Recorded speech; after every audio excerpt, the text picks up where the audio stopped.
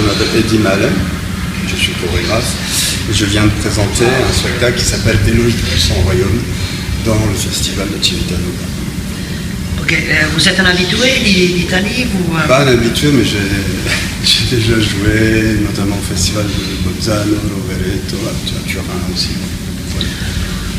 Ok, alors, de votre parcours, vous m'avez raconté des choses hyper intéressantes à propos de la boxe, de votre jeunesse. Et comment vous êtes arrivé à la danse? J'ai pris un chemin un peu détourné. Quand j'étais plus jeune, je n'étais pas du tout intéressé par la danse. J'étais comme beaucoup de jeunes immigrés. Moi, je viens d'Algérie et on se retrouvait plutôt dans les salles de boxe, d'arts martiaux, où d'une certaine manière on continuait une espèce de guerre fratricide. Et c'est par ce biais-là, et pris dans le courant des années 80, où il y a eu une espèce d'efflorescence comme ça, des différentes techniques corporelles, je suis passé de la boxe à la pratique des arts martiaux, notamment de l'aïkido, et par le biais de l'aïkido, j'ai rencontré de manière un peu inattendue la danse. Ce qui pour moi n'était pas du tout évident, mais c'était pas du tout par le biais de la forme ni de la technique, c'était plus sur des notions d'énergie qui étaient en train de se développer à ce moment-là dans la danse contemporaine. Puisque l'une des choses vraiment intéressantes dans la danse contemporaine de ces années-là, c'était la possibilité pour des gens de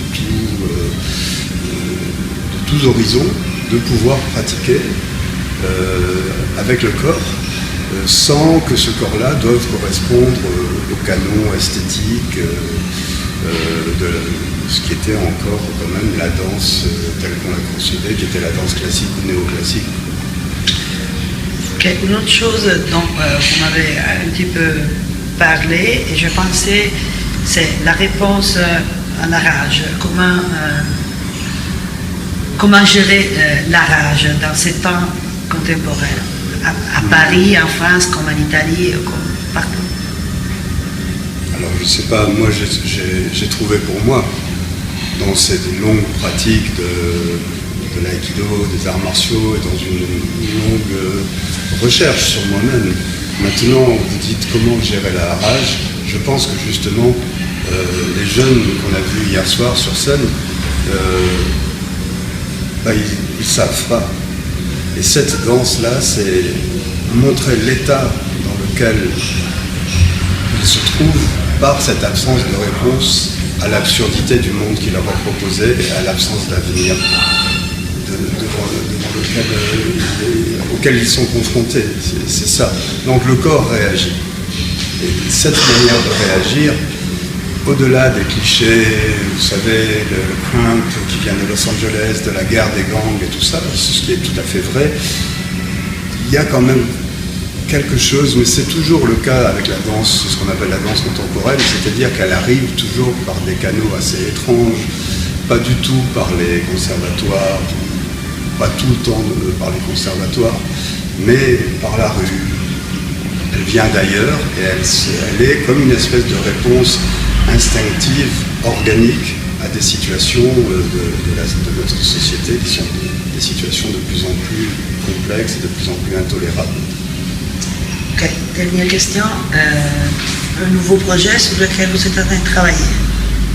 Alors, je travaille sur différents projets, notamment des projets de films.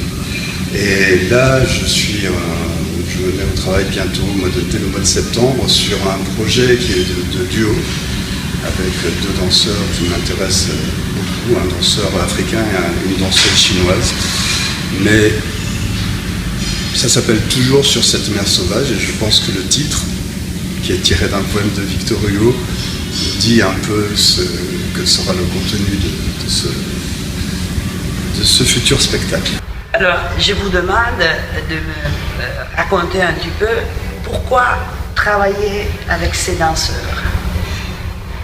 Alors, la réponse est assez facile, c'est parce que tout dans ma vie m'a amené à rencontrer assez tard ces danseurs de crump qui sont, quand on le regarde d'un peu loin, ce sont des danseurs de rue, ceux qui appartiennent au mouvement du hip-hop. Quand on regarde d'un peu plus près, je trouve que cette expression de danse est une expression expression extrêmement contemporaine du corps contemporain et de la façon dont ces jeunes, qui sont la jeunesse de nos quartiers souvent défavorisés, ont trouvé cette manière de s'exprimer, d'exprimer une espèce de chose qui ne peut se dire, puisqu'ils n'ont pas les outils politiques ou culturels pour dire les choses avec la parole. Ils le disent avec ce corps qui utilise et l'énergie vitale et une certaine violence pour s'exprimer. Merci beaucoup pour vos temps. C'est moi qui vous remercie. Et à très bientôt sur scène, peut-être en Italie ou ailleurs. Arrivederci.